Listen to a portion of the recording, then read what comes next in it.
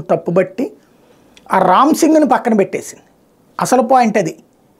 వివేకానందరెడ్డి కుమార్తె సునీత కోసమే రామ్ సింగ్ పనిచేస్తున్నాడు, అతని వెనకాల సంథింగ్ ఉందన్నటువంటి కాన్సెప్ట్ని సుప్రీంకోర్టే నమ్మి రామ్ సింగ్ని దర్యాప్తులో ఉంచడానికి వీల్లేదని తేల్చి చెప్పింది.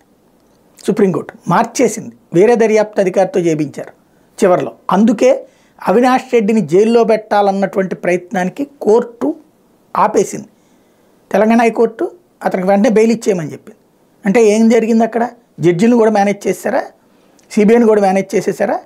అది సాధ్యమయ్యేటట్టయితే అసలు సిబిఐ విచారణ ఎందుకు ఉంటుంది? ఇక్కడ దాకా ఎందుకు వస్తుంది అవినాష్ రెడ్డిని విచారించేదాకా?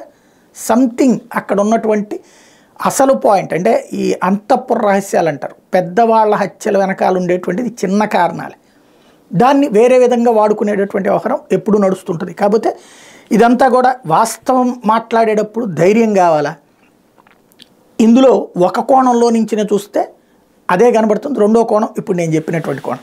అయితే అంతా తికమక, గజిబిజి, గందరగోళం, మిగిలేదెవరో, నిలిచేదెవరో, బరిలోకి దిగేదెవరో, సమన్వయకర్తల పేర్లలో మళ్లీ మార్పులు, ఈ వికృత బంతాటలో అత్యధికంగా బలవుతోంది బడుగులే, ఇది వైకాపా నియోజకవర్గాల సమన్వయకర్తల నియామక తీరు.